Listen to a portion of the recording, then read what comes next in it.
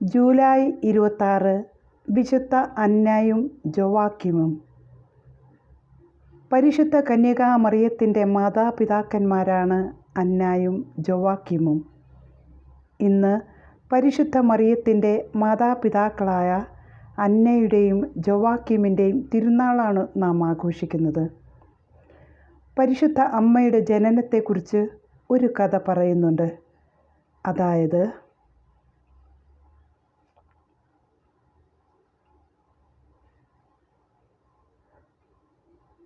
ജോവാക്യമിനും അന്നയ്ക്കും കുഞ്ഞുങ്ങളില്ലാതെ അവർ വളരെയധികം വിഷമിച്ചു കൊണ്ടിരിക്കെ, അങ്ങനെ ഒരു ദിവസം ജോവാക്യം ദേവാലയത്തിൽ ചെന്ന് തൻ്റെ സ്വത്തിൽ വലിയൊരു പങ്ക് ദേവാലയത്തിനും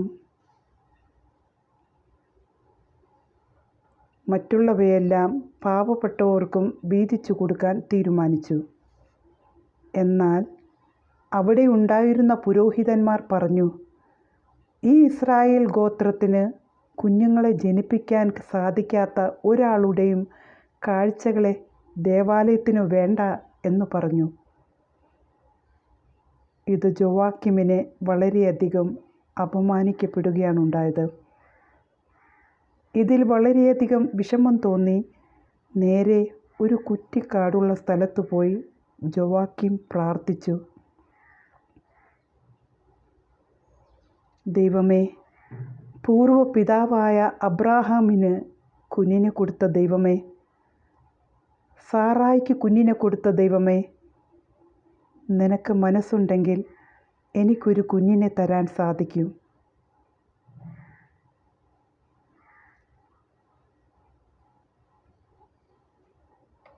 എൻ്റെ ഭർത്താവ് അപമാനിക്കപ്പെട്ടു എന്നറിഞ്ഞ് വളരെയധികം വിഷമിച്ച അന്നയും ദൈവത്തിനോട് പ്രാർത്ഥിച്ചു.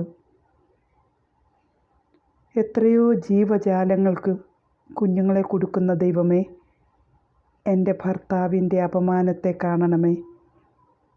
അങ്ങനെ നിലവിളിച്ച് പ്രാർത്ഥിച്ചു എന്ന് മാത്രമല്ല, ഇങ്ങനെയും പ്രാർത്ഥിച്ചു, എനിക്കൊരു കുഞ്ഞിനെ തരുകയാണെങ്കിൽ അതാണായാലും പെണ്ണായാലും ശരി, ഞാൻ ദൈവത്തിന് സമർപ്പിക്കുമെന്ന് അന്ന നേർച്ച നേർന്നു. ഈ സമയത്ത് അത്ഭുതകരമായ ഒരു മാലാഖ പ്രത്യക്ഷപ്പെട്ട്, ഇതാ നിന്റെ ഉദരം അനുഗ്രഹിക്കപ്പെടുന്നു എന്നറിയിക്കുകയുണ്ടായി. അതേസമയം തന്നെ ജോവാക്യമിനെ മാലാഖയുടെ സന്ദേശം ലഭിച്ചു, ഇതാ നിന്റെ ഭാര്യ ഗർഭിണിയാകാൻ പോകുന്നു.